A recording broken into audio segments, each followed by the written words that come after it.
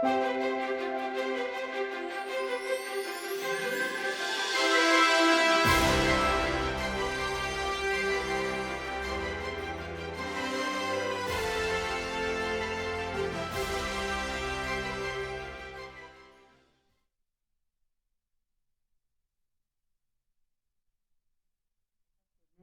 great to have all of you here with us today. First and foremost, I want to thank you all for coming to our event.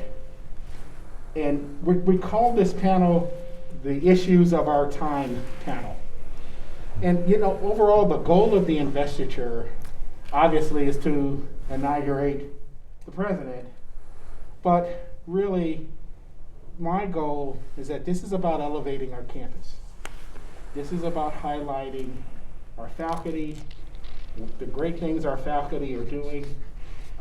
Ever since last week, we've been going through a series of events, and I can tell you, not a day has gone by where my jaws haven't dropped. There is just some amazing things happening here with our faculty and our staff and our students. You know, if you want to be a successful university, you have to be big in the big things. And the issues that we're going to talk about on this panel are major issues affecting our society, major issues affecting our planet, and the like. Look, we are experiencing significant political upheaval in our state, in our country, and on our planet, right?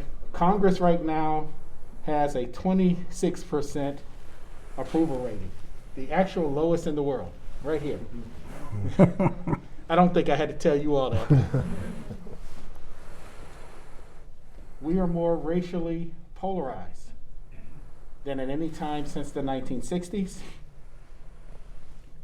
And we are dealing with an unprecedented rejection of science and technology in our country. We have citizens literally rejecting basic scientific norms, things that we held for granted, that we've taken for granted for years. Look, just put it in perspective. Just over the last few years, couple of years, we've heard the coronavirus is a hoax, vaccine causes autism, climate change is a hoax, windmills cause cancer, raw milk is healthier than pasteurized, and astrology works. Right? And that's just the beginning. Our panelists are here to help give us some understanding of why this is happening and our pathway forward. And so I'm thrilled to have them here today. All of the professors on our panels are part of the esteemed Clarence J. Robinson Professors Program. And Clarence Robinson was a Northern Virginia businessman who joined George Mason College Advisory Board in 1964. And just before his death in 1983, he stipulated that half of his estate would be used to attract to Mason distinguished professionals and academics from across all disciplines. For nearly 3 decades now, the Robinson Professors Program has drawn preeminent scholars who share their expertise and experience with Mason students by teaching primarily undergraduate courses that explore a broad range of professional and intellectual issues. So let's meet our panel. First, we have, I guess I'm going to start from my right and go all the way down. We have Steve Pearlstein. He's an American columnist who wrote on business and economy in a column published twice weekly in the Washington Post. His tenure at the Washington Post ended in March of 2021, so fairly recently. And he received the 2008 Pulitzer for his commentary for his insightful columns that explore the nation's complex economic ills with masterful clarity. And we are dealing with some of those today. Next up, we have Professor Spencer Crew. And he's a professor of U.S. history at George Mason. He worked for nearly 20 years at the National Museum of American History including nine as its director, becoming the youngest and first African American to lead a major Smithsonian museum. He's also, for a period of time, was the interim director of the African American History Museum at the end of the mall.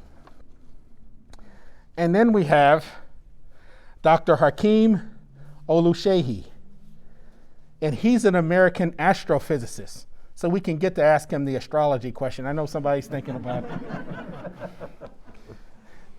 it.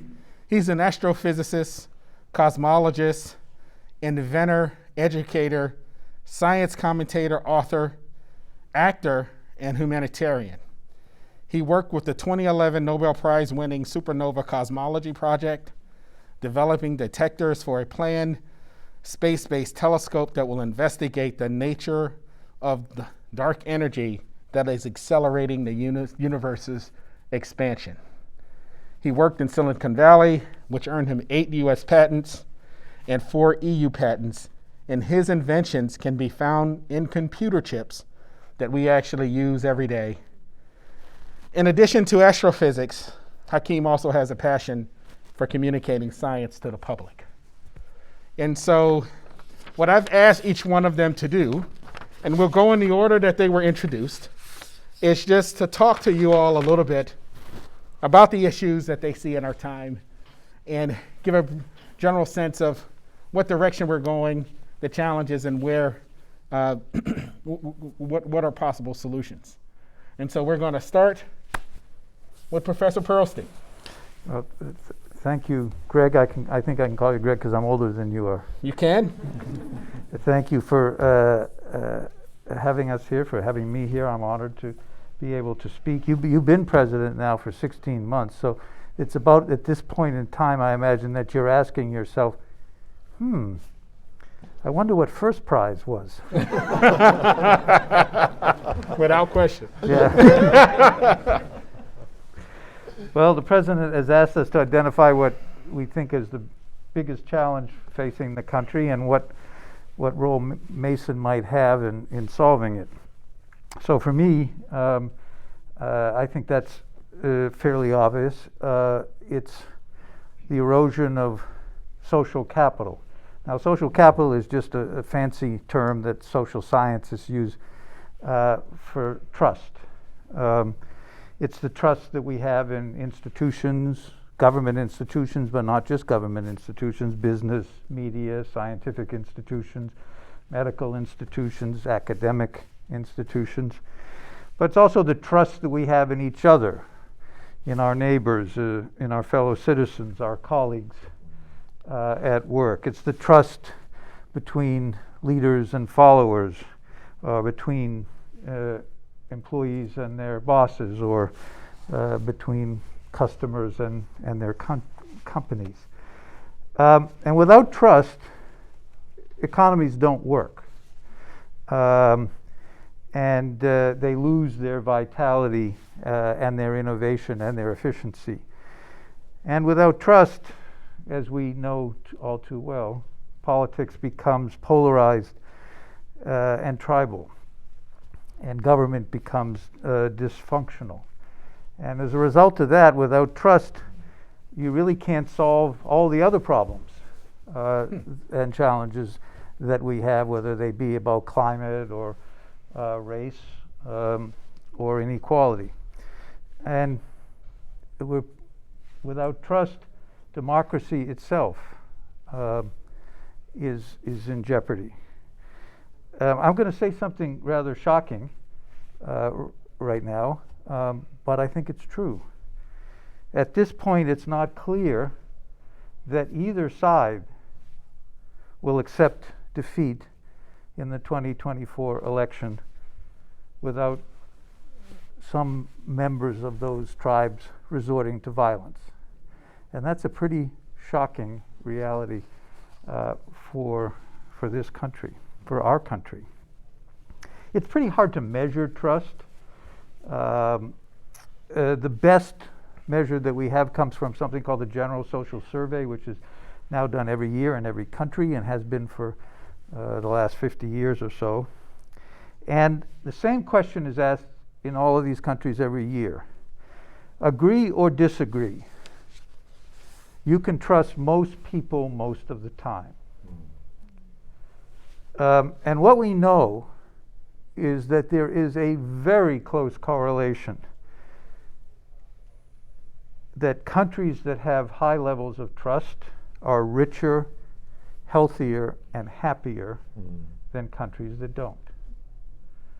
And the United States, which used to be near the top of the trust measurements among the industrialized countries, is now near the bottom. We used to have 55% Americans strongly agreed with that statement.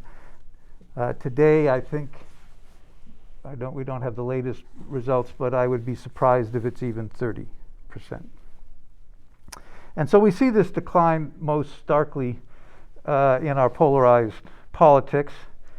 It's pretty telling, I think, that most Democrats now, most Republicans tell pollsters that they would be unhappy if their children married someone from the other party. And similarly, most Democrats and Republicans now think that the other party represents a threat to the country. Democrats and Republicans can't even agree on who won the next election. They can't agree on whether we all ought to wear masks or get vaccinated against a pandemic that's already killed 725,000 of our fellow citizens. Politics has now become a contest between warring tribes that now pretty much define our identities. And we see this tribalism in the way we routinely sort ourselves out voluntarily by class, by race, by education, by political leanings. It drives really where we live, what colleges we go to, what companies we work for, who we socialize with, who we marry, how we vote, and where we turn for our information and news. All of these things which used to be cross-cutting cleavages or separations, they're now all mutually reinforcing.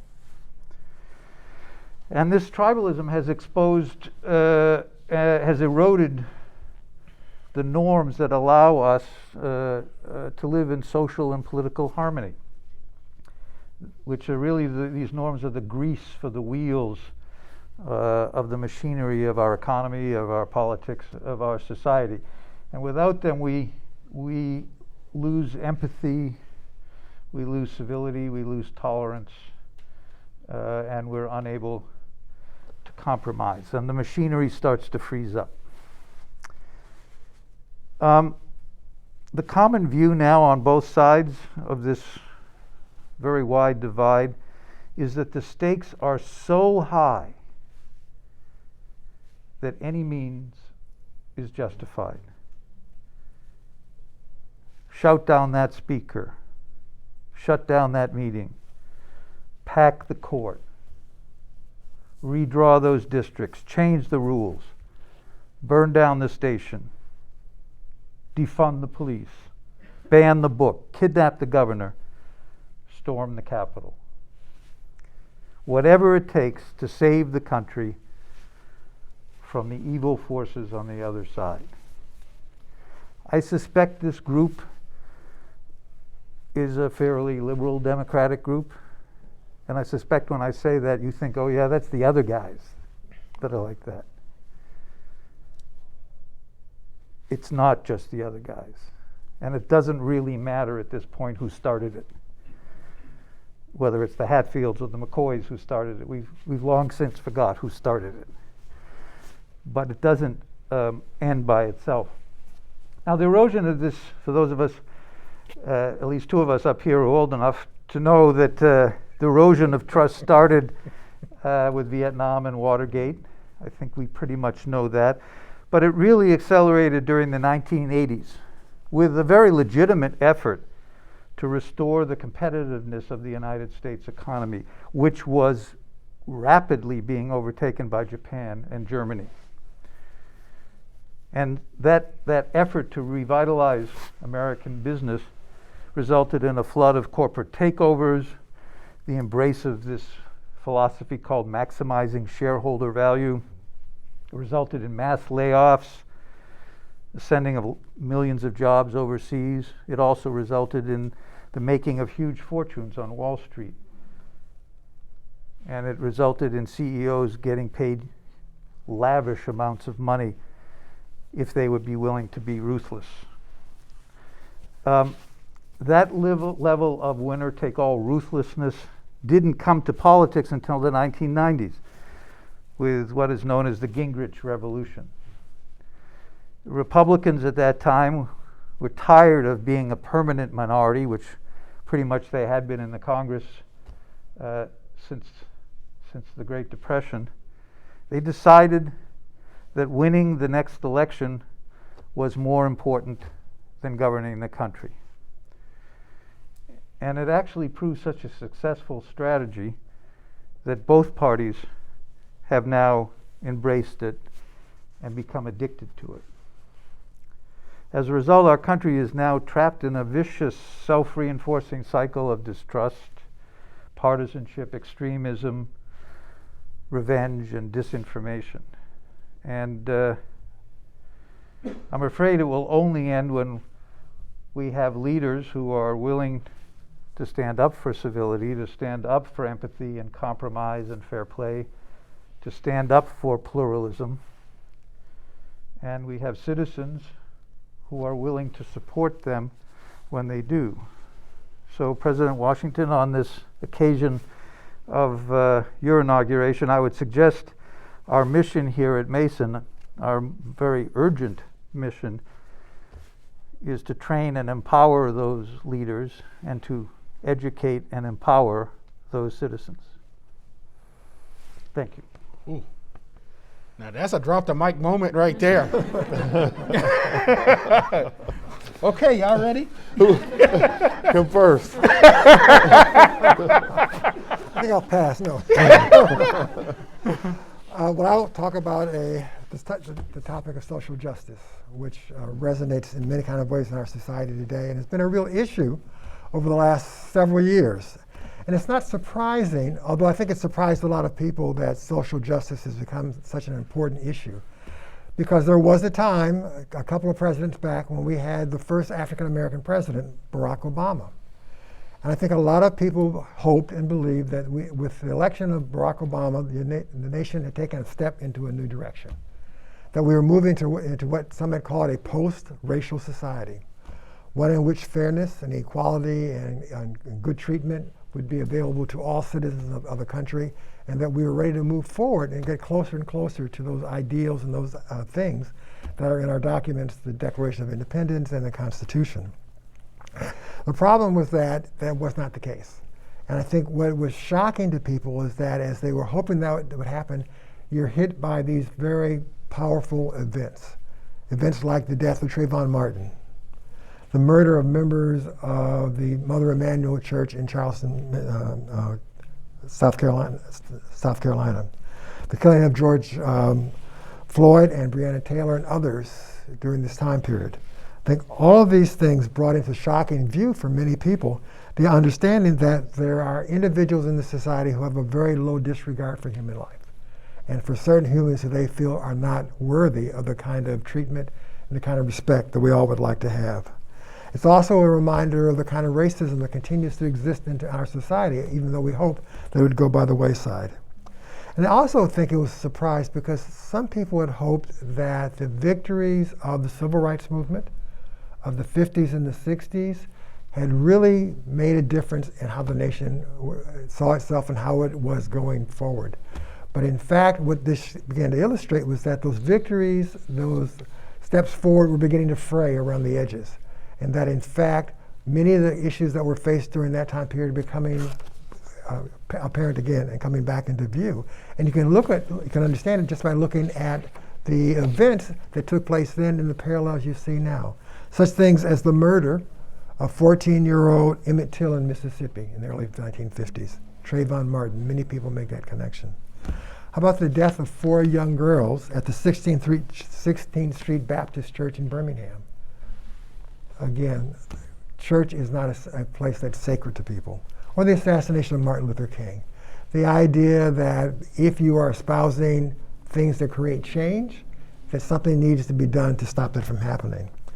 I think what it was, and what this has been for us, is a reminder that the struggle for equal justice is not over. That it's an ongoing fight, and there are always forces around us who are looking to prevent change and maybe to turn the clock back. And it's also a reminder, I believe, of the importance of keeping alive the memories of these past times so that people are not shocked when they see them happen again. They realize that this is part of a cycle and part of an ongoing struggle and an ongoing fight that the society has to confront in order to move forward and maybe to get a little bit better. And I think what I worry about is that there is a push to make these memories go away, to suppress them and make them disappear, and to try to create a picture of life in this country that's rosy, that nothing bad ever happens, and that this is a nation of perfection in which we are always moving forward, we're always progressing, and that everyone is benefiting from that going forward. And that suppression, I think, of information is becoming more and more of the current thinking around the nation. And I think a great example of this that I saw recently that reminds me of just that case is an event that took place in Tennessee. And it's connected with the story of a very important young woman by the name of Ruby Bridges. And if you don't know who she is, at the age of 6, she had the task of desegregating the schools in New Orleans. And she did this with great bravery. Every day she had to be escorted to school by U.S. Marshals. And she had to be escorted there through crowds of people who were howling and yelling and demanding that she not be allowed to go into school. When she'd go to school itself, none of the other students would go in the classroom with her. And only one teacher agreed to instruct her. At the same time, her parents lost their job and were under attack. So it's a very painful story, but one of great courage. But in fact, just recently, there were a group of parents in Tennessee who decided they did not want their school to teach the book called Ruby Bridges Goes to School. They said it did not have a redeeming enough ending for them to allow that to happen. And they also were against educators using such words as injustice, unequal, inequality, protest, marching, and segregation in their lessons. In effect, what they wanted to do was to erase the struggles of a certain sector of our population from the history books and from the memory of this country, and to exclude this from the teaching of history and education to their children. I think the struggle with this is that, from my point of view, this is problematic and I think dangerous, because what it's doing is working to create, as Steve's talked about, a hierarchy of whose story is important and whose story is not important. And President Washington mentioned I worked at the National Museum of African American History and Culture, and one of our mantras is that we tell American history from an African American perspective, because the idea is to broaden that story and allow others to know more about it. And unfortunately, when you begin to suppress this and say that one person's story is better than the other, it means that the others, which you're creating a sense of others, are not equal to or worthy of the same kind of respect, the same kind of inclusion in history that others are included in that story. And the reality is that while this is directed towards Ruby Bridges and towards a woman of African American descent, this idea of creating others, this idea of seeing that there is a hierarchy of importance, is not only reflected in terms of the African American community. That's what we're learning very clearly now. You can see it in the way that women are treated, creation of the Me Too movement. You can see it in the unprovoked attack upon Asian Pacific Americans, where people now are worried about walking on the street for fear they might come into attack for no reason. You can see it in the violence directed towards the members of our LGBTQ community and how, again, they find themselves constantly under attack. Or also people from the Latinx community who find themselves attacked for speaking Spanish, not speaking American. In my view, these attempts to whitewash history are at best wrong-headed and really need to be looked at very carefully. And I think instead of creating a hierarchy, what we really want to do is begin to embrace the rich diversity which is our nation, and to see it as a strength, not as a problem. And I think the idea is, first of all, to move away from the concept of the melting pot, where everybody melts in together and then everybody's the same. Instead, we should think of ourselves as a quilt, a really wonderful, colorful quilt whose piece parts make for a very gorgeous tapestry of different points of view, different kinds of ideas that come together. And I think this especially should be the attitude that we take here at Mason, and that we do. Because Mason often, as you all know, highlights the fact that it's one of the most diverse universities in the country. And I think it's important that we leverage that diversity and help all of us benefit from it in different kinds of ways, and our students more particularly. I used to say that my daughter, fortunately, went to a high school where there are a great variety of people who came to it. And I used to say her friends would come to the door and I thought I was going into the United Nations. But the beauty of that is that all of them now navigate the world with a very relaxed attitude. They're not bothered by diversity. They're not bothered by differences. They see that as a very natural part of their lives.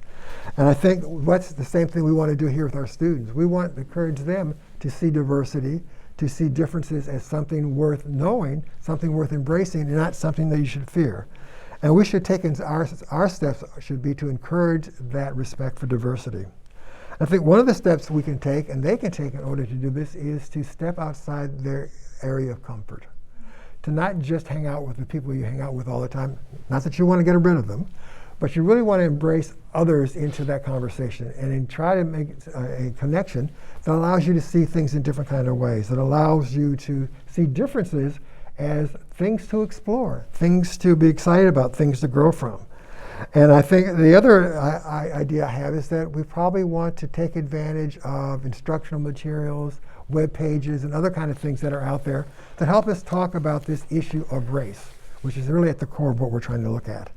And I think to do that, I have a suggestion that while I was at the National Museum of African American History and Culture, they came out with a very interesting web page, and it was called Talking About Race.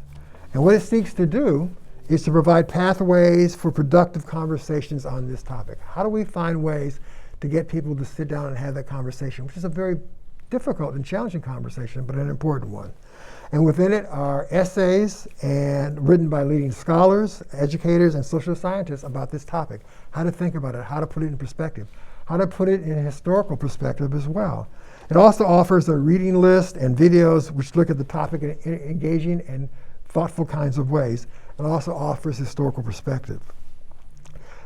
There are also activities that are put in place that you can use that have been time tested and real world tested to help people talk together and get together. The original idea was this to be used by educators. And it arose because as the educators at the museum were in workshops, the teachers kept saying, these are issues that come in our classroom, and I don't know how to deal with this. I can't avoid it because the kids bring it up, and we need to be able to have good, strong conversations about it. And so this is what this webpage is meant to do. I should say that it's been very well received by many corporations who have come to want to use it, and you have used it as part of their diversity and inclusion processes at their universities.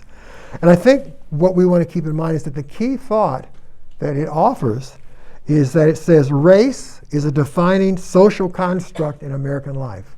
Race is a defining construct in American life. I think this is a perspective not to be resisted or feared, but to engage and to think about what it says about our society and how we can grow from it and get better as a consequence of having those conversations and embracing this challenge. I've just finished working at the National Museum of African American History and Culture on an exhibition that's entitled Make Good the Promises, Reconstruction and Its Legacies. And what was important about it is that it talks about the promise and the possibilities of Reconstruction, but also where it fell short, and what the nation might have been able to accomplish in that earlier period, and what are the legacies that have come forward to this time that continue to challenge us. I think the final section of it is described as, it's called Reflections. And the issue that it asks, the question that it asks is, how would you reconstruct America? And I think that is a question that's in front of all of us today, especially with regard to the issue of social justice and how we can construct a fair and equal society. My hope is that we would want a nation in reconstructing America that lives up to the ideals of our founding documents, that stresses freedom and equality for all of its citizens. And I think that's truly a good goal, and the one that I know that President Washington embraces here in Mason, and one that we should embrace as the members of this community to help our students, to help ourselves, make this the kind of place we can all be proud of. So thanks. All right, Hakeem?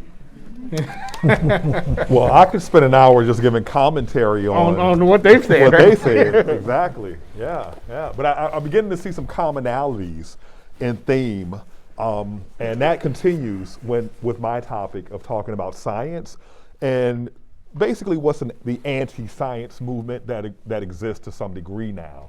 I'm a firm believer that something is only a problem if it's a problem. So typically, the anti-science movement is an annoyance because the people that make the real decisions and determine where resources go understand the importance of science in our country and they invest in it, right? But nowadays, the anti-science is a problem because lives are at stake, right? We're in the middle of a pandemic, and I'll get back to that. But unlike these gentlemen, let me tell you the good news. The good news is that science has never been more popular. There's more science communicators than ever. There were so few in the past you could name them, right? Carl Sagan, Michio Kaku, that's it, right? Wait, Bill Nye. Oh yeah, Bill. He's the only one who's like an actual friend of mine. Too. Really? That's why, you always forget your friends and family. Everybody else is a celebrity, but Bill, he's my pal. But every nation has armies of engineers and scientists are now cool and popular. So, there's an irony. And the other irony is, like the topics that these gentlemen are talking about, I find that there's a difference between leadership, media, and everyday people, right? Everyday people get along a lot better, usually, than is portrayed in the media. And even just look at our panel right here. As the one woman on the panel,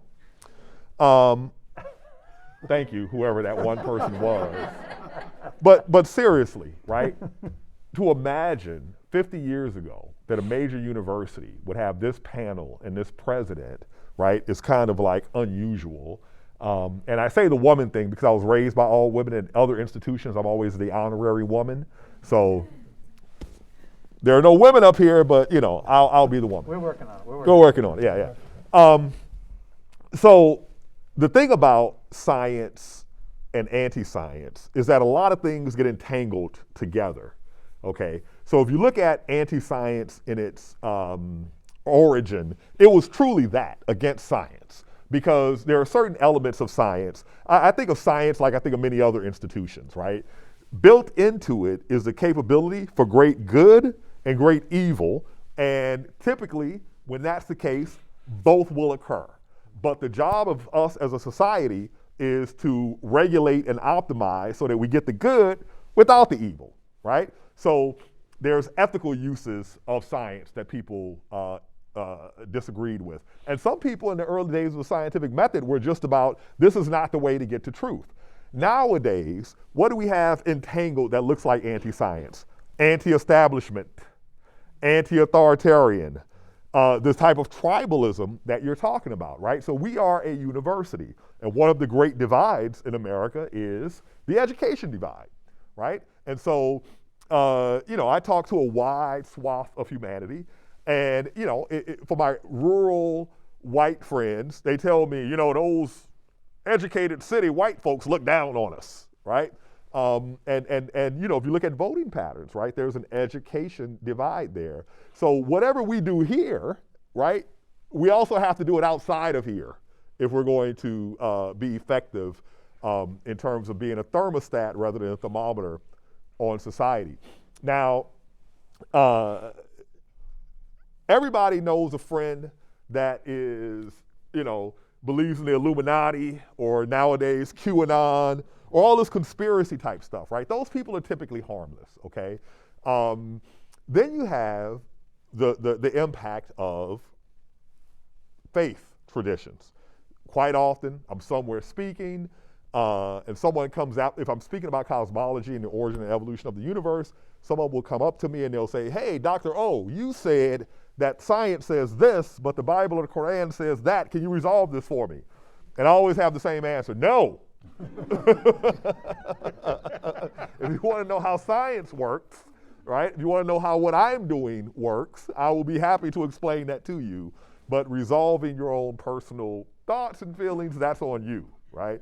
I can't do that. I can't do that for you. Now, again, the thing about the current situation we're in a pandemic, is, for me, it's the great hypocrisy of the people who are against it. Because I go to a vending machine, I buy things like this, and what do? I start eating them. And everyone else does. What is in these things? I have no idea, right? I left high school and went straight into the U.S. military. I was up on my vaccinations, but what the heck did they do once they got to us, right? Every so often you went in, you walked between these two people with these guns that shot vaccines into your arms. So the reality of being a domesticated species, whether you're humans, chickens, pigs, corn, you are the perfect environment for bacteria and viruses to grow and spread among you. It's because of the tight, what is it about, for the biologists in the room? We have tight collections of animals in the wild that don't have these things run through them, but whenever you have domesticated animals, you have to fight actively, and plants, to keep these sort of things from spreading between them. I don't know why that is, but that is the case. So either we're gonna social distance forever, or we're gonna have to live the way we have been living successfully for the last, since the beginning of the scientific revolution and the introduction of inoculations and vaccines. We're gonna have to take active measures against it. And that is a vaccination, right? And so, what we're doing now, we've been very lucky. There's been 100 years since the last pandemic, but they've been creeping up on us with H1N1, Ebola, now this one. Who knows what's coming down the pipeline next, right? So how do we address this? Well, again, like I said, we're getting adults, and we're getting a biased group of adults. So to the extent that we educate people here, what do we do on the outside? Well, I think one of the things that universities should definitely be doing much more of, even though we do it a lot, is engage with teachers. And why do I say that? Well, I think of it this way. I went to a very small high school in Mississippi. Maybe 70 people were in my graduating class. And of our coaches, right, our coaches played sports at a high level. They played college football and things like that. What's the chances that any of my science teachers did science at the high level? That they were a biologist or a chemist or a physicist or a mathematician or an engineer, right? Less than 10%. I'm guessing to have an athlete, former athlete coach is probably at least 50-50. And I say that to say that you don't know what you're teaching to on the one hand, as far as what do I actually do every day as a physicist that really matters. But what's even more subtle is the ways of thinking, all right? So when I was in the federal government, looking at the way our country does education, one of the things I thought of, we should really be teaching critical thinking. And when I looked into that, I discovered, lo and behold, I'm not the first person to have that thought. But it was shot down because I forget which state it was that's influential in America's education system, but they determined that teaching critical thinking would undermine parents and faith. And of course it would, right? Your parents say something dumb. If you know how to think critically, you'd be like, Dad, that's dumb, right? Nobody wants to hear that. So, let's not do that.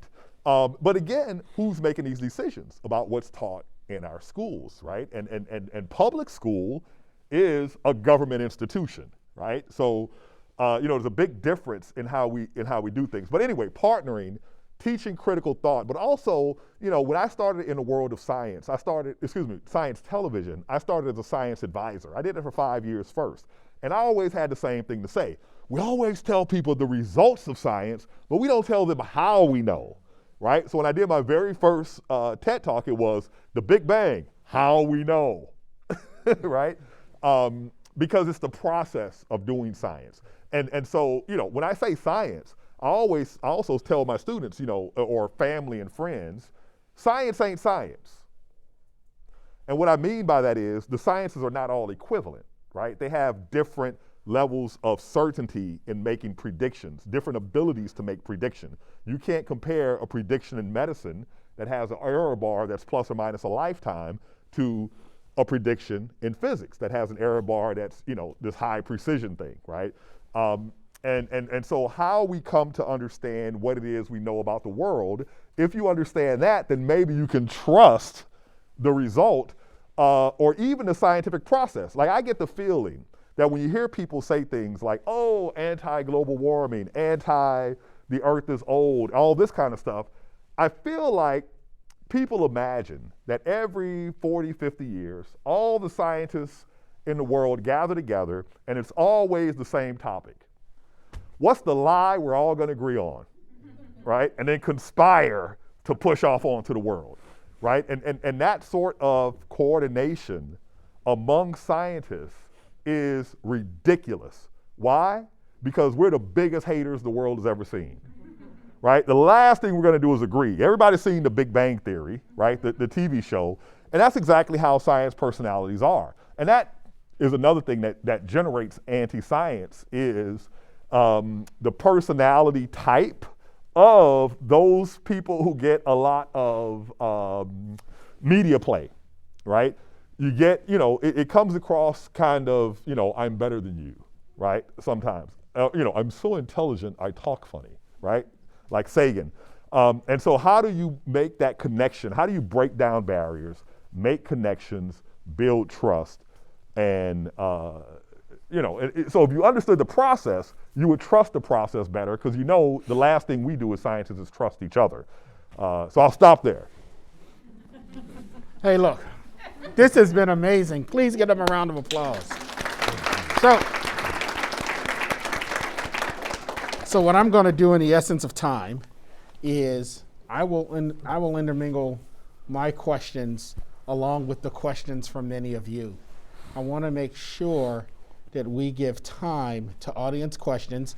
And I know that there are a number of people listening online and engaging with us online. So those of you who are watching this virtually, please don't hesitate to submit your questions virtually. We can actually accommodate those questions in our process. And so we have individuals with microphones, and if you will be willing, just raise your hand. They'll bring a microphone to you. Don't stand up because the cameras, they do want us to stand now. Okay, so then stand and ask your question. So, who wants to be first? I do. We have an online question, and this is directly for Professor Pearlstein. Would you please comment on the role of the media in today's polarized environment, including the pressure of for-profit in news ecosystem, increasing consolidation of the local news media under a few large corporations, and the devolution of news into horse race entertainment? Well, the question is a loaded question, but it is an informed loaded question. You may have to help me on this because I don't know that I remember the whole question. But the first part of the question is, in for-profit media, does the desire to make more money, which translates into have more readers, cause journalists to write stories or accentuate stories or give greater play to stories or write more stories about certain issues that are clickbait? And the answer is yes. That used to be true because we wanted to have more readers because then we could charge the advertisers more. That's gone away, but now we want to have more readers because, in fact, the readers are the ones who pay for the news through their subscriptions. So the problem with that question is that it is posed by someone who is a closet anti-capitalist. And the reason is they think it's the profit motive that it is, and we've got to get rid of that terrible profit motive. Let me tell you, they are as clickbait at NPR as they are at Fox News. So it's why? Well, journalists like to have a lot of readers. That makes you more interesting, more powerful, more influential. So we don't need the profit motive. There's all sorts of other motives that motivate particularly journalists. In fact, journalists aren't all that interested in the profit unless it has some consequence for them. You could ask any newspaper publisher in America and they would tell you that they wish their journalists would be a little more oriented toward profit. So, but it's not profit, but yes, we have a tendency to write news that gets clicks, and clicks, you get clicks by writing about Donald Trump or writing about controversy, not writing about, well, you know, there's two sides to every story, and that doesn't get you many clicks. So the second part of the question is there has been a lot of newspapers in the United States that have either gone under or are greatly diminished. And they're not just newspapers anymore, they're news organizations which have websites, and sometimes they have a printed product and other kinds of products. There had to be consolidation. There just had to be. We had something like, I don't know, 1,500 daily newspapers in the United States. That was ridiculous. It was a function of the economics of newspapers, which was driven by local advertising, so we had local newspapers. But the truth of the matter is that it was highly inefficient, and we needed to consolidate down to a greatly reduced number. Unfortunately, we haven't actually had enough consolidation to come down to a manageable number of, I don't know, let's take a number, 25, 40 large regional news organizations that are vibrant and have enough scale so they can have enough readers so they can support a large enough newsroom to provide a good quality product. And we have this notion that, you know, if Fairfax doesn't have its own daily newspaper, then there's something wrong with Fairfax, and Fairfax will, you know, be hurt. Fairfax can't support a newsroom without advertising revenue. And it would be better if we said the Washington region, which in many ways is a region, has two good competing large news organizations, which, by the way, thanks to technology, well, we can have a little Fairfax edition, and we can have a Manassas edition, and we can have, you know, a Prince William edition. It's very easy. You know, with technology, we can make it say, we can even make it say, this is the Prince William Bugle, and this is the Fairfax Bugle, and this is the Manassas Bugle. And in fact, they're mostly the same, but we just put a little different in each one. We now have the technology to do that. If you had to print it, and distribute it, it would be hard. Now with technology, that's actually easy to customize regionally, but still have the economies of scale. But we're not there yet. And unfortunately, too many of what were the legacy news organizations have been taken over by financial owners, hedge funds, whose only purpose is to drain them of income until they die. And so what's going to be necessary, and it's going to take a long time, is for new digitally based organizations to grow up in local places, and then for someone to come along and mush them together so that they cover a larger region. And we are only maybe a third to a half of the way through this process of transition from the print era to the digital era that is economically sustainable and will produce good quality journalism. Now, the third part of the question, the third accusation about us, that was what? Devolution of news into horse race entertainment. Yeah, well, TV news, for example, was always nonfiction entertainment. Unfortunately, whatever you want to call print has gotten into that as well. You know, this is sort of like democracy. you're saying, well, gee, you shouldn't give people what they want. I think that if you have a complaint about that, your complaint is not with the news organization trying to give people what they want. It's with the people who don't want the right things.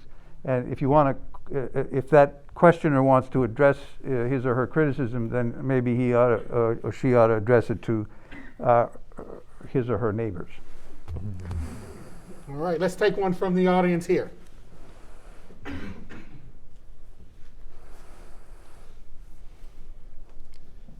Speaking of neighbors, working at Mason as the daughter of a relatively advanced scientist that worked for the federal government for many years, I am keenly aware that I work basically as next door neighbors, referring to your comment last night, Dr. Washington, that we're in this new renaissance, next door neighbors with Galileo and Leonardo, and there are just fantastic discoveries happening every day on this campus. What I think we struggle with as a university is expressing that success comes by incremental wins, that these things don't happen overnight, that it's hard work, concentration, and dedication, and sacrifice to make these incremental wins. And I think in our society, this is my personal observation, we lose sight of the fact that the airplanes we get on at Dulles Airport are descendants of the Wright brothers' success.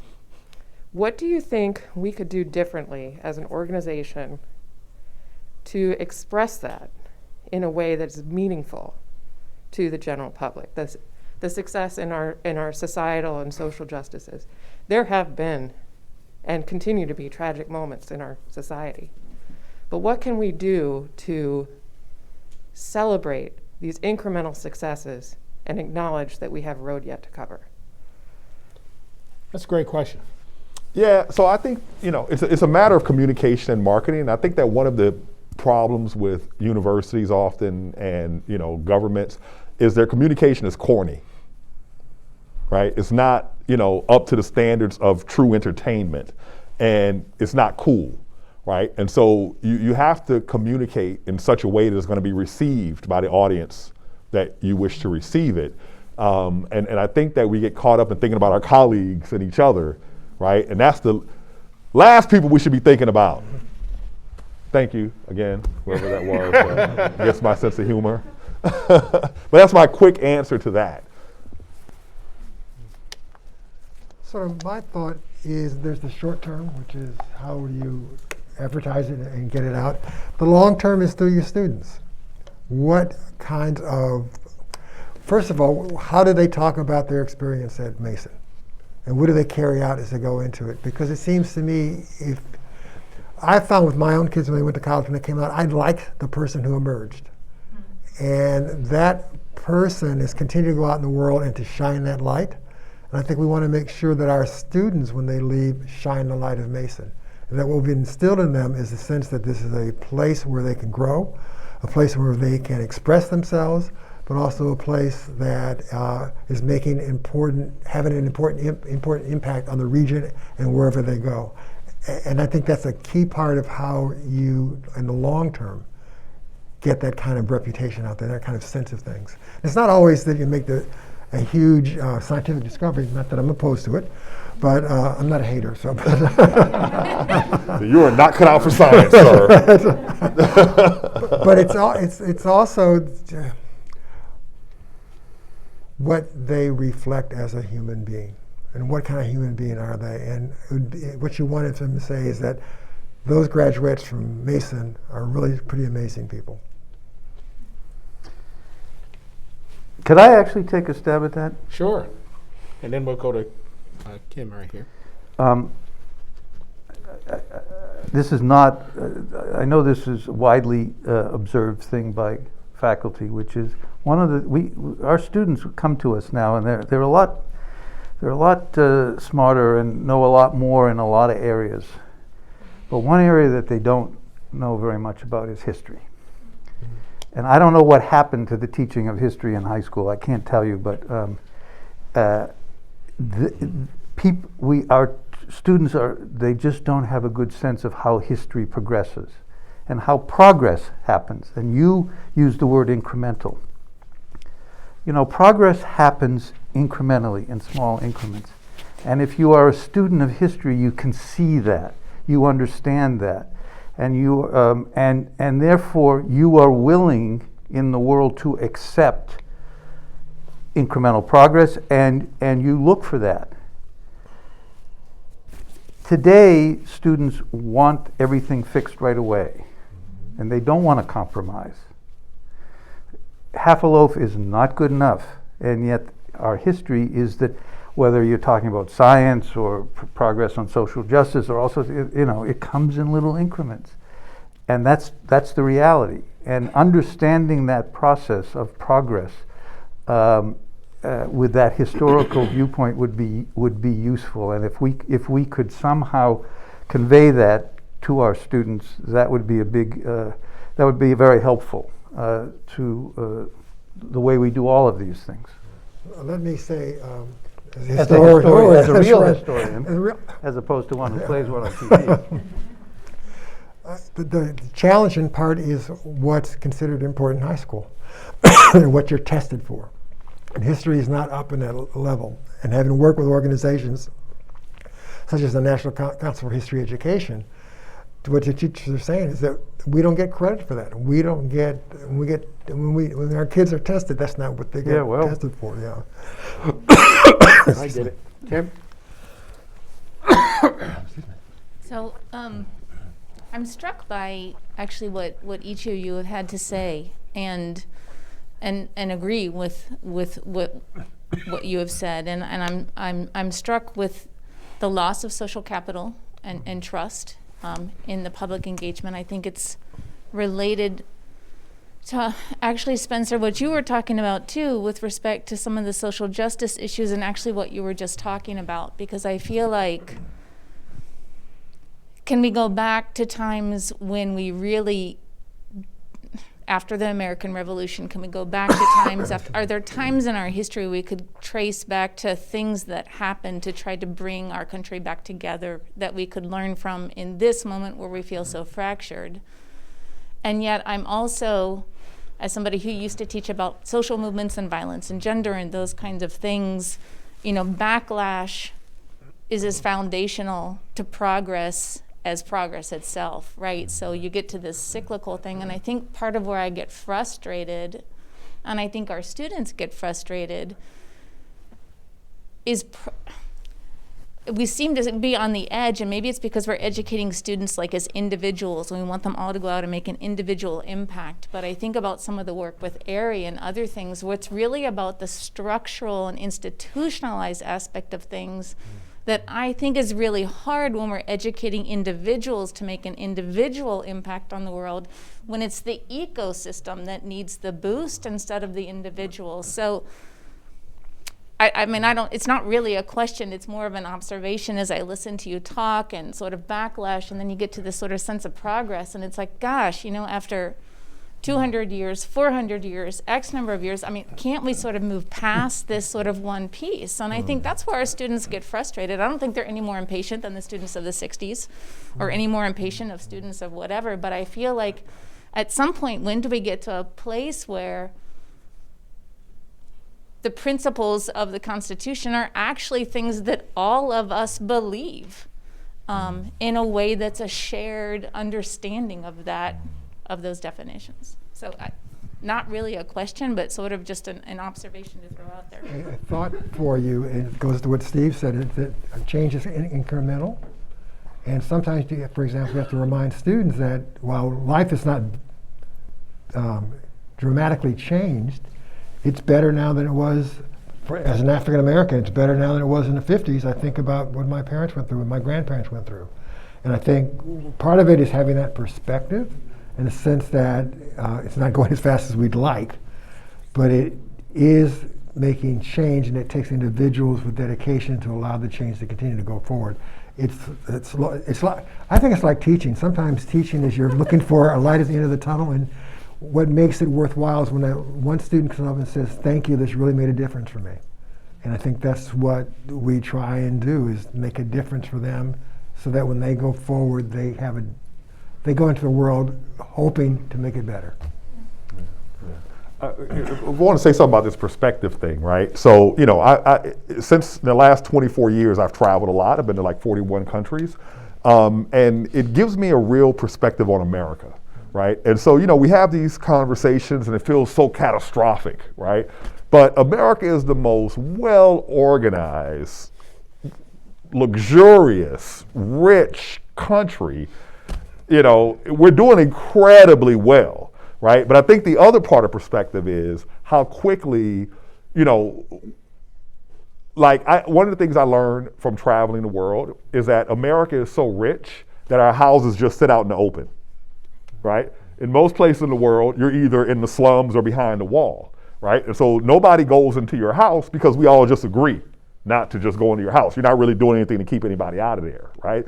And so a lot of our society operates on that. We all just agree, right? And so where you see how fragile it is when things go wrong and we don't agree. Like, for example, one of the most stable countries that I had visited was Kenya. And then they had that election violence, right? Like you mentioned the upcoming election. And so things had turned like that, you know? And so, you know, how we frame these conversations, or how we frame our future, you know, even if you're well-meaning, what we're doing is we're planting seeds. And, you know, what do we sow and grow in our society is determined by us and the media. Yeah, we're really all that powerful. Thank you so much. I just wanted to pick up on the discussion about progress, and I'm thinking both about like why our kids don't learn that much in high school, and I'm thinking about the way that we narrate U.S. history, and I'm thinking about like the National Museum of African American History and Culture on the one hand, and the Legacy Museum on the other. And I'm wondering if this commitment to the idea of progress gets in the way of actually facing the ways in which there hasn't been enough progress, you know? And I was thinking, Spencer, when you were speaking about like the cyclical nature of what you're seeing happening. And the other way to say this, and it's, I mean, the more cynical way, is to say that really there's a lot of the same. There's like consistency. And I know that's the argument of the Legacy Museum, right? That slavery didn't end, it evolved, right? And really because, you know, the EJI is working from mass incarceration and sort of like thinking backward. But I wonder if we are not really doing ourselves a favor when we are pushing a narrative of progress. We want to always sort of have our students, I mean, I think, I'm sort of rambling here, but my kids went through the public school system in Arlington, great school system. You know, they do Virginia history. They never learned about massive resistance. And I can't understand how that is not part of the school curriculum here. And I think there's such a, you know, a push for history to be sort of triumphalist still. Right. And I just wonder, you know, if this gets in the way of actually facing the problems that we have had historically and that we continue to have in the present. I think it can. I think that, I think what's important with history is that you show the full spectrum of issues. And at one level, actually respect the intelligence of the viewer, that they need to know the full spectrum, the good and the bad and the ugly, so that they can see it into reality. And then their lives can sort of function in a reality as well. I mean, again, the African American Museum, our balance point was we wanted to tell the African American story, but didn't want to make it all rosy, but all negative either. You've got to find that space so that it's real life. Because, you know, the watchword we often say is complexity. History is complex. And if you try to simplify it, you really miss what is the essence of what's going on. So I agree with you. It's important to make it as complex and as messy as possible. And that's not typically been the way that we've approached history. And part of what you see happening now in places like Oklahoma and Texas and others, where they're saying, well, we don't want to teach Tulsa Riot because that's painful. Well, yeah, you know, it was painful for the people who got caught in the riot too. And you need to sort of have all those stories there, because our kids are pretty smart. and they will benefit from seeing the different sides of it as part of their experience.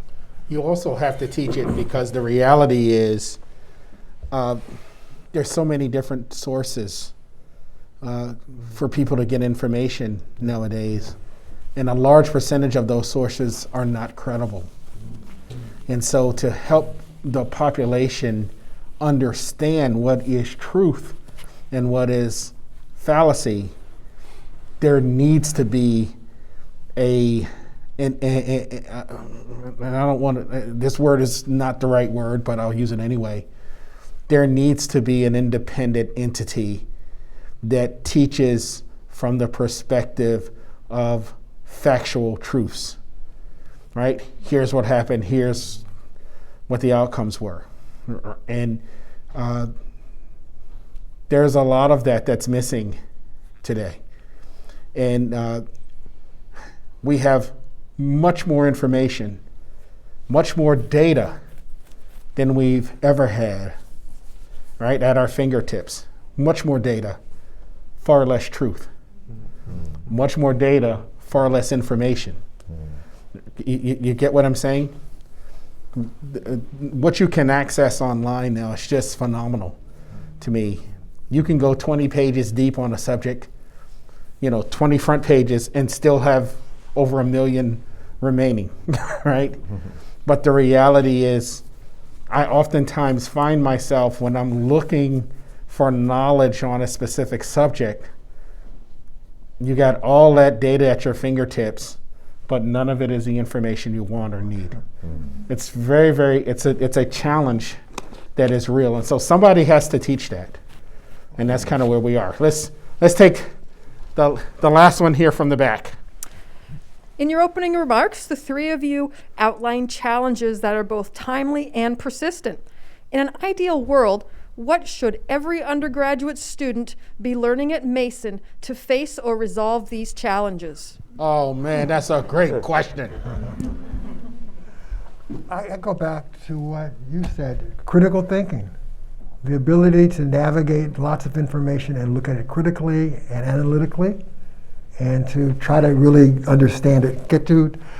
I always worry about truth because I'm not always sure what truth is all the time, but to really bring to anything you engage this critical eye so that you're learning, you understand how to evaluate it. And I think that's what we all try to teach, is how to get our students to look critically. Not to agree with me, because in class I will sometimes say something wild just to see if they're paying attention, or to see if they're going to agree because I said. Well, early on, I think they're so not sure, but after a while they understand that you've got to pay attention, and I'm not always telling you I'm not telling you a lie, but I'm telling you the truth. And it's important for you to pay attention and for you to question all your sources. Well, I like the idea of developing perspective from doing exactly what you guys said, coming out of your comfort zone. One of my favorite quotes is, "Comfort is the enemy of achievement." But you leave the country, you have a new perspective on America. You leave your community, you have a new perspective on your community. You interact with different people of all. Like when I left Mississippi at the age of 24 to go to graduate school, certain races of people you might as well have been from another planet. Right? Then a decade later, after I've gotten to know people really well and been in their homes, and, I was a completely new human being. And I love that, right? I love the person that I became by embracing the full diversity of humanity and our planet. And I want that for everyone to the degree that everyone can obtain it. Amazing. So Take a stab at this one. yeah, let me do a follow-on about critical thinking. This is a term that gets thrown around a lot in education circles now, and I suppose it means different things to different people. But so professionally, for 40, 50 years, whatever it was, I had to learn how it is to take an issue and a question and try to get to the truthful answer. That's what a journalist sort of does. And one of the things that I found really useful actually came from my high school participation in debates. I was on the debating team. And we have to, every year there was a question, that we would debate with others, with other schools. And we'd go to these debate meets, and, at 10 o'clock we would have to argue one side, and at 12 o'clock we would have to go argue the other side. And to me, one of the hardest things to get students to do, but most important, is to get them to look at an issue, to look at the range of information, data, and opinions. The first thing you do is you lop off the loony ideas over here and you lop off the loony ideas over there, so that you sort of have these hash marks of, okay, the real debate is in the middle here, and then be able to give a good account, essentially to take both sides. I'm going to give a good account of this, and then I'm going to give a good account of that in your mind, and then you can make a decision. But if you can't do both, you can't make a good decision. If you yourself can't express sort of and not everything has 2 points of view, but if you can't express the various points of view in a way that makes sense and is reasonable, and then make your decision, then you really don't know enough about it to be able to do it. And to me, that's what teaching critical thinking is about. Finding the information, finding the perspectives, eliminating the loony ones, focusing on the ones that make some sense, and being able then to try to square the circle and resolve it. That's a process, and I don't know whether we've gotten very good at sort of teaching that process. No, it's hard. Look, I'll tell you this. I think that we should also not be afraid to delve into the other side of whatever side we're on. This is something that all of you should do, but primarily our students. Whenever a hot button issue happens, whatever it is, right? You know them when they hit, right? It's a major issue. It's at the top of the news feed. You should take time to listen to both sides of that issue. Turn your television on Rachel Maddow and hear what she has to say about the topic, and then listen to Laura Ingraham and hear what she has to say on that topic. You will be surprised how different it is. And then you start to think to yourself, there's some people who only watch that one channel. Oh, yeah. And there's some people who only watch that other channel. And then from there, it starts to crystallize how we can be so polarized, how we can be so opposite, right?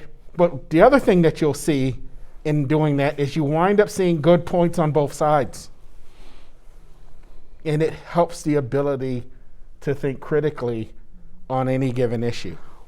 Or at least when you hear the other side and you think it's wrong, at least you know why they're thinking. You can figure out what's going wrong in their logical process. And then you can address that rather than thinking, oh, that person's an idiot or that person's a bad person. That's where you really, you don't want to do that necessarily because I'm going to agree with it. You're going to figure out what exactly is wrong with that other side. Right. And that is usually very useful. And the point is that we can't even get to the critical thinking part because we can't consume the information from the other side. And you must first consume it, right? If you've been watching Fox News primarily and you try to watch MSNBC, it's hard for you. And if you've been watching MSNBC for a better part of your life and you turn it over to Fox, it is hard for you to stay on that channel, okay? But you should do some of these things, right? And our students in particular, you should do some of these things because it helps your thought process. And you should read commentary from different points of view and different venues as well. To me, there's nothing more that stimulates your own thought processes and being able to defend your own beliefs than hearing the opposite side of that in full force and full fury. So, look, this is great. Please give our panel a round of applause. I want to thank them. I want to thank them for taking the time and the effort to be engaged. I noticed that they were all missing something, and I think I have something to give each one of them, and I want to do it here. She's bringing them up to me directly. Is this where we talk about astrology? Thank you. No, but you all need a classic Mason button. Mason Yes, sir. lapel. Thank you, sir. Thank Outstanding. Right. you. All right, thank you. Yes. Put it on. Again, I want to thank you all for coming and being a part of this. And remember, tomorrow we have another, so this is a series. So we have a whole host of these. We had them last night, we have one today, and we have one tomorrow on mental health, it'll be more student focused. Love for you to come to all of them and be a part of all that's happening here. Again, thank you, God bless you, and have a good evening.